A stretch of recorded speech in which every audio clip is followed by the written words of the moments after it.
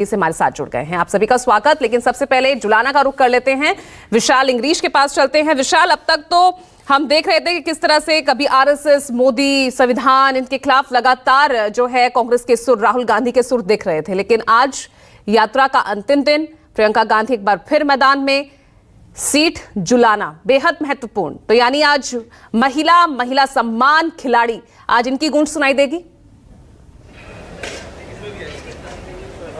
आज पूरी तरह से महिलाओं की ही गूंज सुनाई देगी, क्योंकि जिस तरह से विनेश फोगाट हैं, वहीं पर प्रियंका गांधी की भी गूंज जुलाना की धरती से सुनाई भी देगी, क्योंकि चुनाव प्रचार का काउंटडाउन शुरू हो चुका है और कल चुनाव प्रचार बंद भी हो जाएगा। और यहाँ पे काफ़ी बड़ा हजारों की तादाद में जो कुर्सियाँ हैं वो लगाई गई हैं और हजारों की तादाद में जो पंडाल है वो पूरी तरह से सजा दिया गया है। और 12 बजे के करीब प्रियंका गांधी, विनेश फोगाट और सारी की सारी जो कांग्रेस की लीडरशिप होगी वो यहाँ पे होगी। और मेरे साथ यहाँ पे कुछ क्योंकि कार्यकर्ता आना शुरू हो गए हैं, उनसे ही पूछ लेते हैं कि किस तरह की तैयारियां हैं, क्या जो जुलाना का रण है वो किस तरह से यहाँ पर देखने को मिल रहा है। क्या नाम है जी आपका? मेरा नाम सूर्यदेव जी, मैं कांग्रेस का कार्यकर्ता हूँ।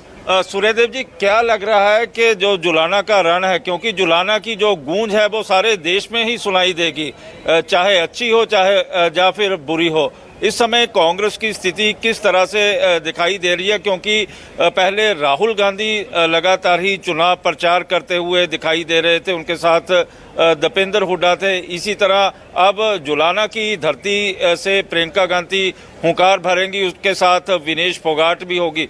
जुलाना का रण किस तरह से आपको दिखाई दे रहा है? देखो जी, मैं पहले तो आपको बता देना चाहता हूँ, जो भी सीनियर नेता कांग्रेस के हैं, जो जैसे भी इनकी सरकारी एजेंसियों की रिपोर्ट है, आईबी की है और जितनी भी एजेंसियां हैं, नेताओं लोगों को मुबारकबाद देने लगे हैं बड़े सीनियर अफसर। आपको हमारे पास भी अभी हम बाहर खड़े थे, यहाँ के जितने सीनियर अफसर खड़े हैं उन्होंने हाथ मिला के ये कहा मुबारक हो, कांग्रेस की सरकार आ रही है और 65 पार आ रही है। आईबी की रिपोर्ट है 65 पार आ रही है। ये सुनामी है, ये पता नहीं कहाँ जाके ठहरेगी। बीजेपी 10 से नीचे रहेगी, जो आईबी की रिपोर्ट है। और रही बात आगे यहाँ की जुलाने की, आज आप महिला देखना, इतनी महिला आएंगी, इतना प्यार दे रही है हमारी छोटी बेटिया को। सारे देश की बेटी है, अकेले जुलाना की तो नहीं है, ये सारे देश की बेटी है। इतना प्यार मिल रहा है इसको। एक तरफा इलेक्शन है, लेकिन बीजेपी वालों ने कुछ कैंडिडेट जो आजाद खड़े हैं उनको खरीद रखा है, तो उनको भी लोग वोट नहीं देने जा रहे। और मेरी भी हाथ जोड़े प्रार्थना है, भाई वोट बांटने वालों से वोट मत दो और सरकार आपकी। लेकिन प्रधानमंत्री नरेंद्र मोदी हो, डिफेंस मिनिस्टर राजनाथ सिंह हो, हरियाणा के मुख्यमंत्री नायब सिंह सैनी हो, वो कहते हैं सिर्फ ऐलान होना बाकी है और तीसरी बार भारतीय जनता पार्टी सरकार बनाने जा रही है। देखिए जी, पिछली बार भी लोगों ने इनको बीजेपी को हराया है।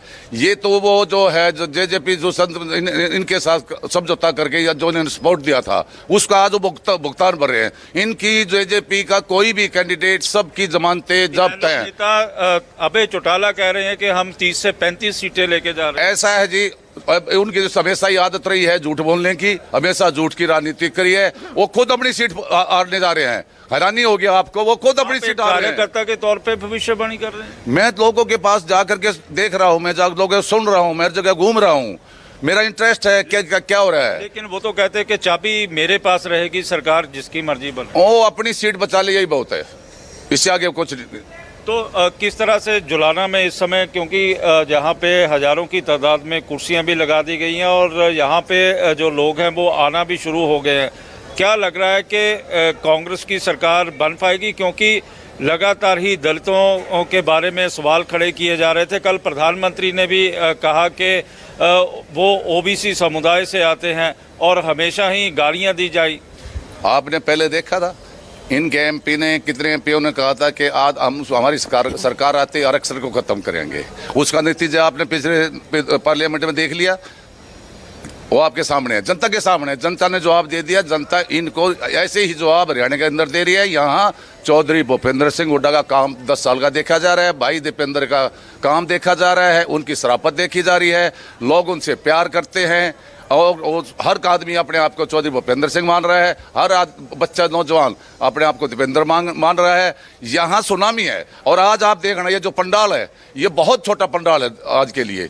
आज लेडीज आप देखना, हम तो यहाँ घूमते हैं, देखे है, लोग ये कहते हैं विदेश तू घर बैठ जा, हम इलेक्शन लड़ रहे हैं तेरा बेटी। जैसे पंचायत का लड़ते हैं ना जी, उस तरह से लोग इस पंचायत के तौर पर लड़ रहे हैं। एक तरफा सुनामी है। दिनेश को सरपंच के तौर पे लोग देख रहे हैं, पंचायत तो होगी। मैंने कहा पंचायत के जो चुनाव आदमी लड़ते हैं ना, चुनाव जो पंचायत के गांव में अपना लड़ते हैं, वो विदेश का उसकी तरह से अपना चुनाव खुद लड़ रहे हैं। और विनेश बहुत ज्यादा मार्जिन से जीत रही है। आज जो सरपंच है, आपकी भविष्यवाणी, मेरी ये भविष्यवाणी है, बिल्कुल है जी, 70 के पार भी जा सकती है, 72 भी जा सकती है। ये मैं नहीं, विनेश के बारे में, विनेश की लाखों में जीत है जी, विनेश की बहुत भारी जीत है जी, एक तरफा है जी। अब ये कहाँ रुकेगी ये जनता, आज आप खुद देख लेना। पंडाल बहुत छोटा है उसके लिए। और विनेश के सबसे ज्यादा प्यार लोग करते हैं, वो अपनी बेटी है, देश की बेटी है। इसने जो लड़ाइयाँ हमारी बच्चों के लिए, पहलवानों की लड़ाई जनता मंत्र पे लड़ी, जो इसको पुलिस ने पीटा है, वो सारी जनता देख रही है। ये 36 बिरादरी की बेटी है विनेश, 36 बिरादरी की बेटी है। उसी से। लेकिन ऐसा तो नहीं हो जाएगा कि 35+1? आप क्या बात कर रहे हैं? मुझे तो लगता है आप चैनल वाले कहीं मोदी वाला इसके साथ मिले तो नहीं हो, मुझे तो ऐसा लगता है। तो जिस तरह से चर्चाएं भी चल रही थी, बीजेपी मोदी सब बार बार कह रहे हैं प्रधानमंत्री, इसने कितने वादे किए थे, कोई किया पूरा? कोई किया? जो बीजेपी ने तो वो काम किया जिसने बीजेपी को यहाँ पौधा लगा के सींचा था। ठीक है विशाल, आप लगातार बने रहिएगा जुलाना की इस यात्रा, इस सभा पर सभी की नजर रहेगी, आप बने रहिएगा। अब मैं सीधा अपने वरिष्ठ सहयोगी राजीव रंजन का रुख कर लेती हूं। राजीव, अब क्योंकि प्रचार अपने अंतिम दौर में पहुंच चुका है और